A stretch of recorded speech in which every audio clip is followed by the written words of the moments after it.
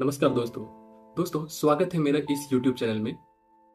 दोस्तों, मैं इस चैनल पे अपने वीडियोस में गानों के उस मीनिंग को व्यक्त करने में और समझने में आपकी मदद करता हूँ जो एक्चुअल में कवि हमें संदेश देना चाहते हैं। दोस्तों, हम गाना तो सुन लेते हैं, उसे गुनगुना भी लेते हैं, पर उस गाने के अंदर जो संदेश कवि कन्वे करना चाहते हैं, कई बार हम उसमें भटक जाते हैं।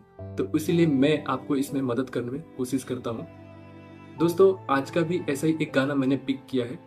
दोस्तों, उस गाने के बारे में बताऊं तो ये एक पुराना गाना है। 1998 में एक फिल्म आई थी दुश्मन। ये उसी फिल्म का एक गाना है। इसे लिखा है आनंद बख्शी साहब ने और उसे धुन दिया है उत्तम सिंह ने, गाया है लता मंगेशकर और द ग्रेट जगजीत सिंह ने।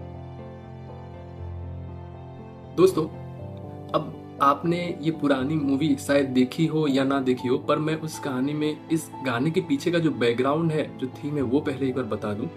उसमें होता यूं है कि दो जुड़वा बहनें होती है, जो काजल ने रोल निभाया है। तो वो बहनें आपस में एक दूसरे को बहुत प्यार करती है और किसी कारणवश एक बार ऐसा होता है कि वो उसकी जो बड़ी बहन है उसे कुछ गुंडे मार देते हैं और इस तरह से छोटी बहन से वो हमेशा के लिए बिछड़ जाती है।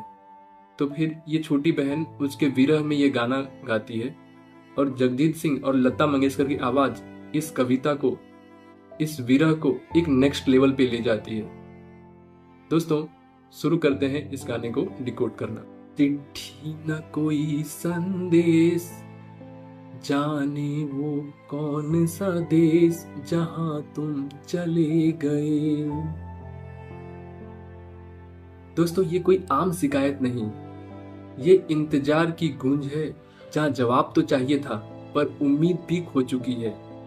यह वो क्षण है जब किसी के बिना दुनिया चल रही होती है, पर आपके अंदर का जो सब्र का बांध है वो एकदम टूट चुका हो। दोस्तों, ये लाइन सुन के ऐसा लगता है जैसे मानो ये दुनिया ठहर सी गई हो, ये वक्त जानो थम सा गया है। लेकिन दोस्तों, इस शब्द में है वो सन्नाटा जो शोर मचाता है।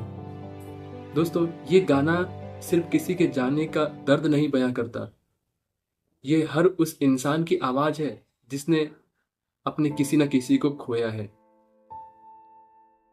दोस्तों, आगे कवि गाते हैं, एक आह भरी होगी हमने न सुनी होगी। दोस्तों, ये पंक्तियां सिर्फ दर्द नहीं बयां करती, ये बयां करती है एक आत्मग्लानि। दोस्तों, कई बार कुछ लोग हमसे इतना जुड़े होते हैं कि हमें उसका तकलीफ हमसे छुप जाता है और जब वह चला जाता है तब हमें हकीकत में समझ आता है कि हमारी खामोशी उसकी इतनी बड़ी चीख दब गई। हमने उसकी ये चीख सुन ना पाई, काश हमने सुन लिया होता। तो आगे कवि कहते हैं, हर वक्त यही है गम, उस वक्त कहाँ थे हम।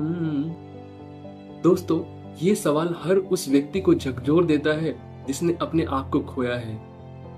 उसे ये सवाल करता है कि क्या मैं उस व्यक्ति के करीब था जब उसे मेरी सबसे ज्यादा जरूरत थी। दोस्तों, यह पंक्ति हमें सिखाती है कि हमेशा हमें अपनों के लिए हाजिर होना चाहिए। क्या पता कल होना हो या फिर ना हो, या फिर हम ना हो।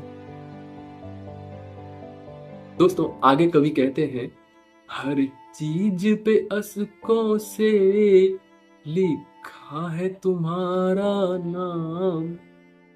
दोस्तों, इसमें कवि ये भाव दिखाना चाहते हैं कि जब कोई व्यक्ति चला जाता है तो उसकी यादें हर जगह पे, हर चीज में, यहाँ तक कि सांसों में बस जाती है। हम जी तो रहे होते हैं लेकिन हर मोड़ पर, हर उस जगह हमें उसकी कमी खलती है और हम उसका नाम पुकार लेते हैं।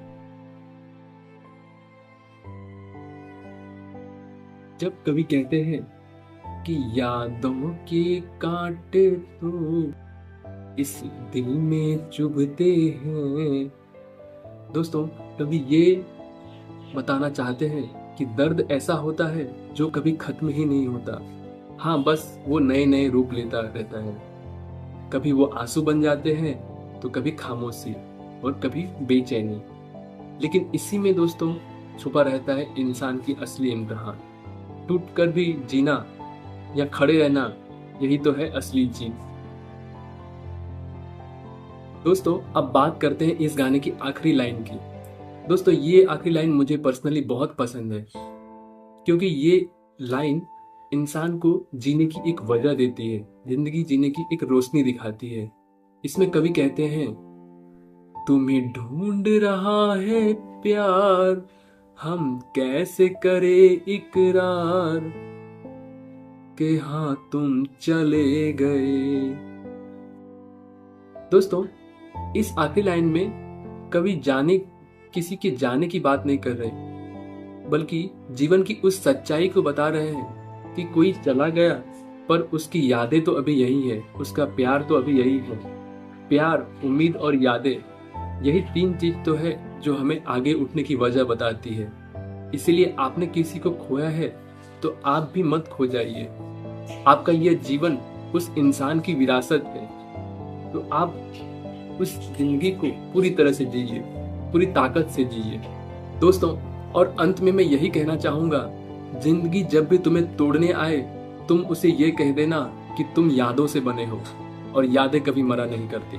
दोस्तों आपको मेरे कंटेंट पसंद आ रहे हैं तो प्लीज मेरे चैनल को लाइक, शेयर और सब्सक्राइब कीजिए, ताकि मुझे मोटिवेशन मिले और ऐसे काम करने के लिए। धन्यवाद।